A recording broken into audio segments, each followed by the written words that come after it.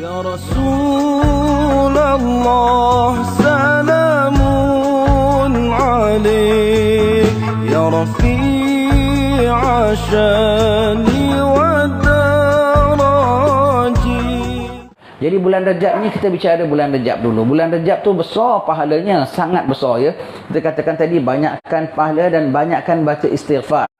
Istighfar Rajab tu Rabbi fili warhamni wa tub alayya. Kalau dalam bulan Rajab jangan tinggal satu hari 70 kali.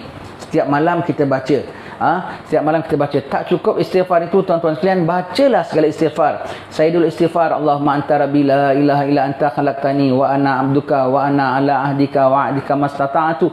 Baca banyak-banyak. Dan tak cukup itu juga, ulama susun, saya tengok tadi ada pun istighfar Rajab di situ. Itu istighfar Rajab yang kita baca tu disusun oleh Imam Habib Hassan bin Abdullah Al-Haddad, dah hampir 400 tahun. Diamalkan. Istighfar tu macam-macam isi kandungannya. Kita yang banyak dosa pun tak terfikir nak minta ampun begitu. Tetapi ini imam dah susun dalam istighfar Rajab, yang susunan dia tu berbagai-bagai dosa yang kita sengaja, dosa yang kita tak sengaja, dosa yang kita dah lupa, dosa yang kita masih ingat, dosa yang kita cuaikan, dosa benda-benda sunat kita tinggal pun minta ampunkan ya. Berbagai-bagai dosa. Dosa kita buat di kala malam sunyi, dosa buat di kala siang, dosa buat depan orang, dosa dibuat belakang orang, semuanya tu. Dan istighfar Rajab yang disusun ini mujarab, dah diterai alim ulama ya selama ratusan tahun ya. Sudah tentulah yang membacanya tu ribuan-ribuan ya. Dan yang tentulah yang membaca, yang menghargai itu orang-orang salih. Kalau macam kita setakat baca saja, tapi kalau mereka betul-betul menghayati apa yang mereka baca, mereka mengatakan bahawasanya istighfar Rajab yang disusun oleh Habib Hassan bin Abdullah Al-Haddad ini sangat mujarab untuk capai taubatan nasuha. Taubatan nasuha tu apa? Tinggal dosa terus tak buat lagi. Kita biasa taubat juga, tetapi nanti selang berapa hari terbuat lagi, bahkan kadang-kadang lebih dahsyat lagi. Jadi kadang-kadang kita sampai boring dengan diri kita. Bila aku nak berhenti daripada dosa? Bila aku nak berhenti daripada dosa? Tak terberhenti-berhenti, terulang. Kalau sampai mati ya payah ya. Tak kita dengar khutbah, ittaqullaha haqqa tuqatih wa la tamutunna illa wa antum muslimun. Bertakwalah kamu kepada Allah dengan sebenar-benar takwa, iaitu buat yang disuruh, tinggal yang ditegah. Kalau tertinggal yang disuruh, terbuat yang ditegah, kena tobat. Dan tak boleh teruskan lagi, kena berhenti.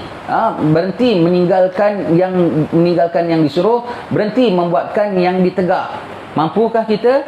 Terulang lagi ya. Jangan sampai kita mati kecuali dalam keadaan Islam. Bermakna kalau kita senantiasa langgar perintah Allah, ceroboh perintah Allah, ditakuti matinya kita, batal syahadatnya, naudzubillah, ditakuti ya. Kecuali kita dapat taubat pada Allah Subhanahu Wa Taala. Dan kalau dosa masih dempel dengan kita tuan-tuan sekalian, Allah, berat digayuti kita, susah nak dapat hidayat untuk nak sembahyang pun. Nak sembahyang pun jadi malas. Nak sembahyang jemaah pun berat. Kalau sembahyang pun macam dipaksa. Kalau sembahyang pun macam tak khusyuk. Allah, tak khusyuk. Hatinya tak rela begitu. Kalau hadir kuliah pun hatinya macam tak suruh cepat-cepat saja.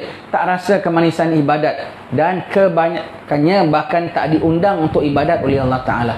Kerana ibadat ni semua adalah tempat suci, amalan suci, menghadap Allah Ta'ala yang maha suci. Boleh ke yang kotor-kotor menghadap Allah? Jadi kalau kita sembahyang duha pagi, hukumnya apa sembahyang duha? Sunat ke wajib? Sunat ya. Tak sembahyang duha berdosa tak? Tak sembahyang duha tak berdosa, tapi tak sembahyang duha menandakan kita masih banyak dosa. Tak sembahyang sunat witir tiap malam, qabliyah ba'diyah, dosa tak? Ya tak dosa, tapi itu menandakan kita masih banyak dosa. Waktu duha Allah undang hamba-hambanya beribu orang. Kalau di Parit Raja ni tak tahu berapa ribu, cuma orang tak lapor dengan kita saja ya. Tak tahu berapa ribu sujud pada Allah Ta'ala, 8 rakaat buat sembahyang duha. Kok kita ayam ke sana kemari, Allah.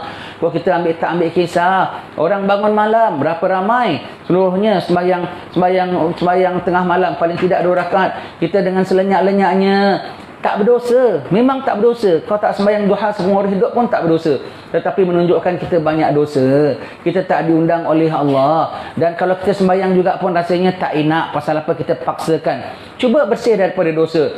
Terdorong nak buat ibadat, seronok buat ibadat, rasa insaf buat ibadat. Boleh berlinang air mata kita tengah malam kalau kita ibadat pada Allah Subhanahu Wa Taala. kalau kita bersih daripada dosa.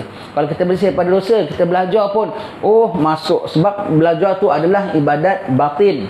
Dan ibadat mesti ada tahara, suci daripada najis, suci daripada hadas kecil dan besar, dan suci daripada hati yang kotor. Sebab ibadat tu perlu hati yang ikhlas, hati kerana Allah, hati yang ada rohaninya. Tapi kalau rohaninya jelek, kotor, dia ibadat tidak seronok, tidak dapat ibadat yang sempurna. Kesan daripada banyak dosa. Bulan Rajab inilah peluang untuk kita dosa, ampunkan dosa, cucikan dosa. Jadi Ramadan kita dah jadi orang yang diundang oleh Allah Ta'ala untuk tarawih yang imanan wahtisaban, untuk puasa yang imanan wahtisaban, untuk baca Quran yang ada tadabburnya, untuk iktikaf yang ada insafnya. Subhanallah, banyak amalan tunggu kita dalam bulan Ramadan.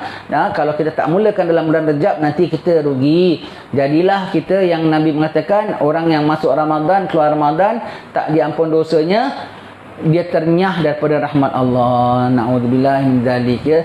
Jadi kita tak nak sampai sedemikian. Osanya daripada bulan Rajab, ya. Jadi banyakkan istighfar dalam bulan Rajab. Salawat salam tetap padamu, Engkaulah sang Nabi penyejuk hatiku. Betapa hasrat ingin bertemu kami semua.